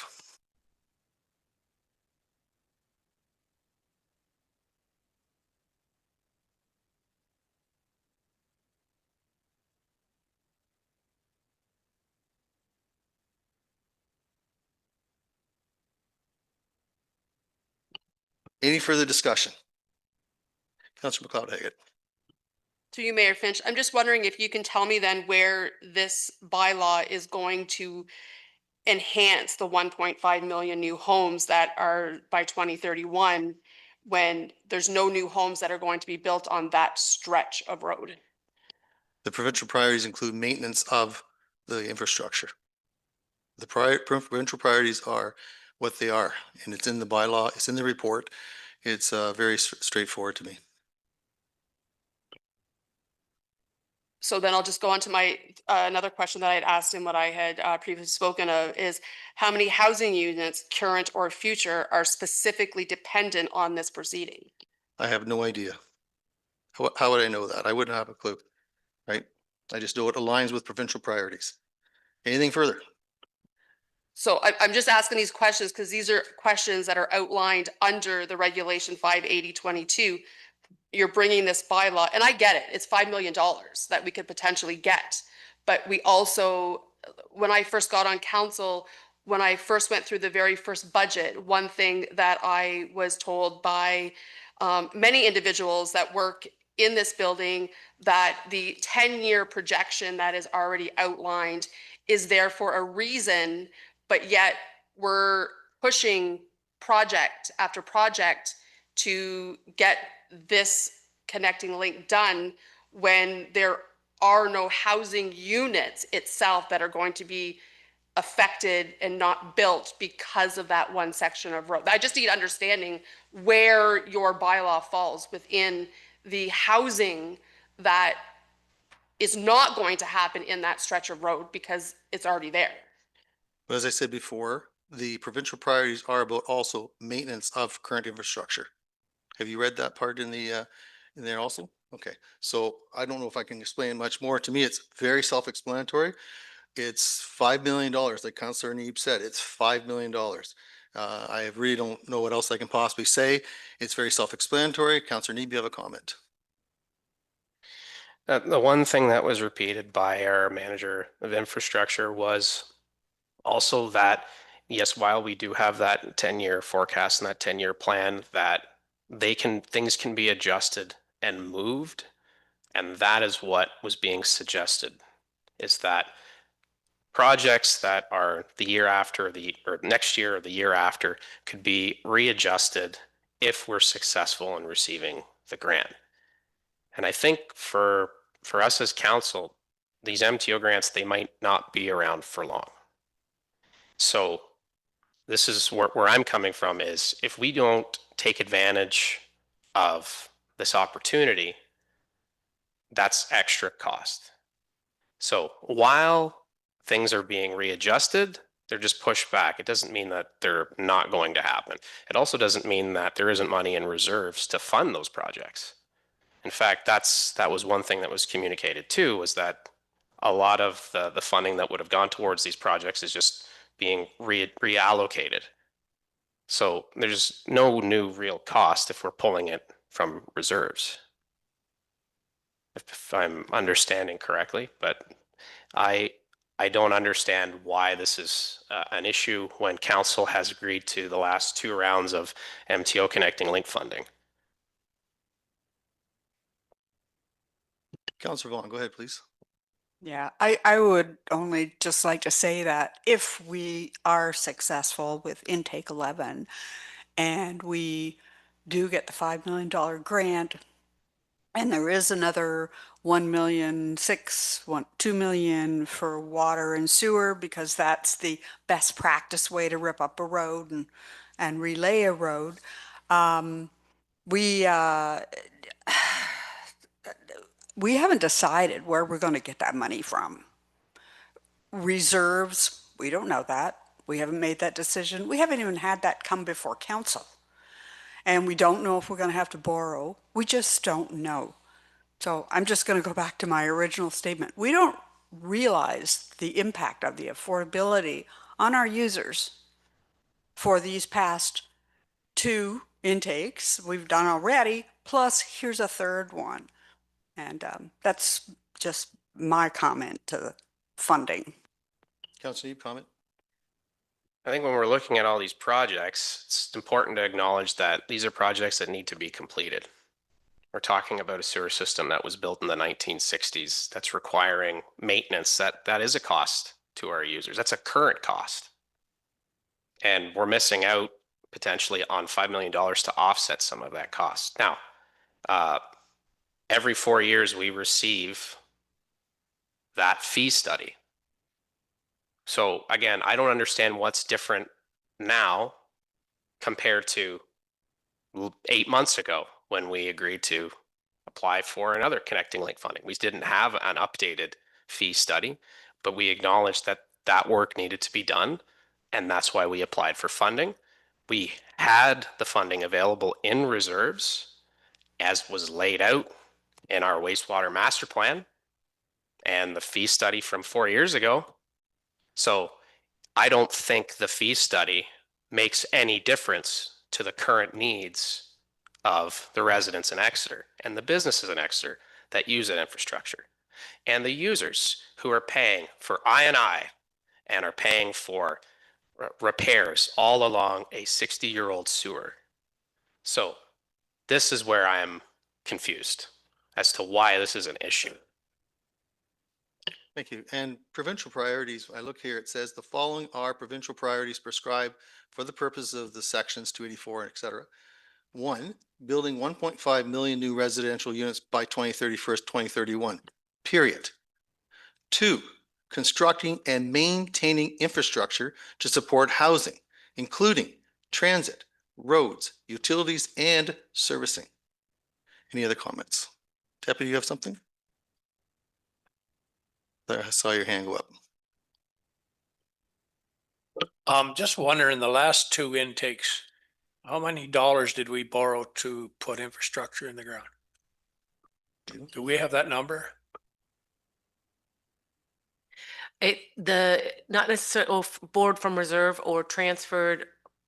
I believe what we've done is we've moved forward other projects, pushed forward projects, but I would have to hold on that one. But we haven't borrowed money from an outside source, correct? Projects, yeah, correct. Projects have been rearranged, pushed forward in the forecast. Thank you. Any other questions? We have a mover and a seconder. Councillor Vaughn, go ahead, please. I just wanted to try to answer what Deputy Mayor Dietrich was asking. In our last couple of intake, we haven't borrowed. We have been able to utilize reserves, cash flow, however you want to look at that. But when we got that big London Road South grant, we were looking at new debt of $2 million. So while we have been able in the past to ride on reserves and cash flows, and Councillor Neeb talked about what's the difference, wanting to understand what's the difference. With last council's 3 projects that all came at the same time, we were proposing $2 million in debt. So now we're beginning to get into the debt scenario as opposed to being able to reside on or rely on reserves and cash flow. And so with intake 11, with it coming so fast and furious with so many of these projects, If we were to do it best practice, that would be another 1,600,000 potentially, that we haven't decided how we could pay for that, reserves or debt. It's just not here because it's too premature. Thank you, Councillor Neeb. And it was recommended by staff that projects that would have been completed a year out or 2 years out, the funding would come from the reserves from those projects. That is what staff had suggested at the previous meeting. So we do know where that money is supposed to be coming from. It is not supposed to be coming from debt. Thank you. Any other comments? Councillor Oak. Yeah, thank you, Mayor. Yeah, last council meeting, initially I had asked for a deferral to the next council meeting if we could get some further information, or if the Watson study was going to be eminent sort of thing. And obviously through our discussions at that last meeting, that it was evident that we're not going to see the Watson study anytime soon, which is very disappointing that it's over a year past due. And so, you know, we are flying by the seat of our pants as far as knowing what it's going to recommend and what it's going to mean to users of our system. But I had to agree with Dawn that my first term on council, there was 4 years where there was just no provincial or federal money available. The well was dry.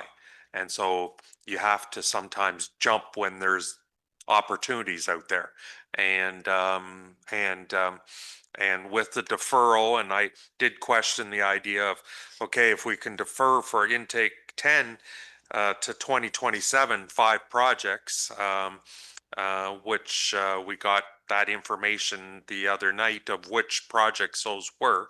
And then intake 11 is another year deferral of those 5 projects. You know, I question whether were they truly 2026 projects, or if we can defer them 2 more years out, what is our 10-year capital plan? Is it just placeholders until we can come up with the right project, or what? So, you know, we have to be mindful of putting proper items in the 10-year plan and making sure that we try to stick to that, or we'll throw our asset management plan out the door. However, I did vote in favor of applying last council meeting. I don't like the idea of supporting this bill or this bylaw with strong mayor powers, but I did support the application process in the last council meeting. So I'll probably be supporting this because of the application as opposed to the strong mayor's powers. Thank you. Any other comments? Councillor McLeod-Haggett. So just one more thing. So during that meeting where we were voting on this, there was 3 big projects that we were talking about. And when we got to intake 11, it seemed that we were going in circles, talking about all 3 projects ended up getting talked about in that one motion, which then kind of confused things at some shape or form throughout it. But I do recall Mr. Giberson saying the decision had to be made that night, or we would not have time to put the application in. Because some of us were looking for a little bit more information that just didn't seem to sit right. So I don't understand. So you're saying that we have put you in that situation, but we're here tonight voting on this bylaw that is still allowing this application to proceed. So why isn't it that we couldn't have just deferred, as Councillor Vaughn and Councillor Oak had suggested, to allow for the more information? But we're here tonight voting on this, and the application is still within a time frame that we can apply for it. Ms. Masuda Carlson, would you respond to the timelines on this, please? Through the mayor, the date is November 13th, and it would have been preferable, the timeline earlier. It is something that we can still make happen.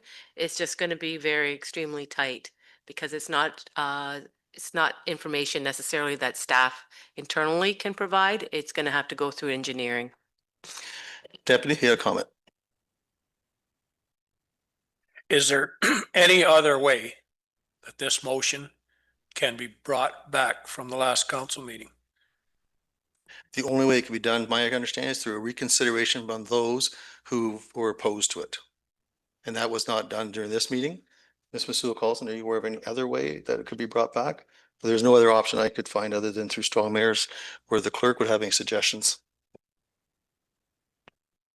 Through the chair, so through the procedural bylaw, if there was a reconsideration done, that's an opportunity for the original motion to be brought back for council consideration. That does require a 2/3 approval, and it does require that the mover be somebody who voted with the majority of the outcome. So the other options available are through the strong mayor's powers presented for the mayor to either bring a bylaw forward or bring a matter forward for council consideration if they're of the opinion it fits within the provincial prescribed priorities. That's the only option I had left, unless someone was to bring forward a reconsideration. And of course, to be open and transparent with council, I had this bylaw put on the agenda for tonight so that everyone knows I'm doing this. And if someone wanted to bring forward a reconsideration before this bylaw came forward, that would have been something that they could have done perhaps, but it wasn't. So I'm either going to have to not use my strong mayor's powers or I use them. And in the best interest of municipality of South Huron, the only option I had left to use those powers. Is there any further discussion? We have a mover and a seconder. If there's no further discussion, I'll call the question. All in favor? Opposed? That carries. Thank you. Moving right along. 18, please.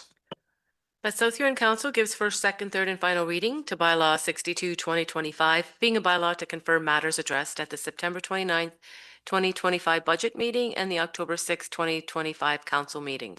And a mover, please. Councillor Need moves, seconded by Councillor Oak. Any discussion? Call the question. All in favor? That carries with 6. Thank you. And next item, please. That South Huron Council hereby adjourn at 8:13 p.m. to meet again on October 20th, 2025 at 6 p.m. or at the call of the chair. Deputy Mayor moves, seconded by Councillor Neeb. No discussion. Call the question. All in favor? Carries with 6. Thank you. And thank you everyone for attending this evening. Have a great night.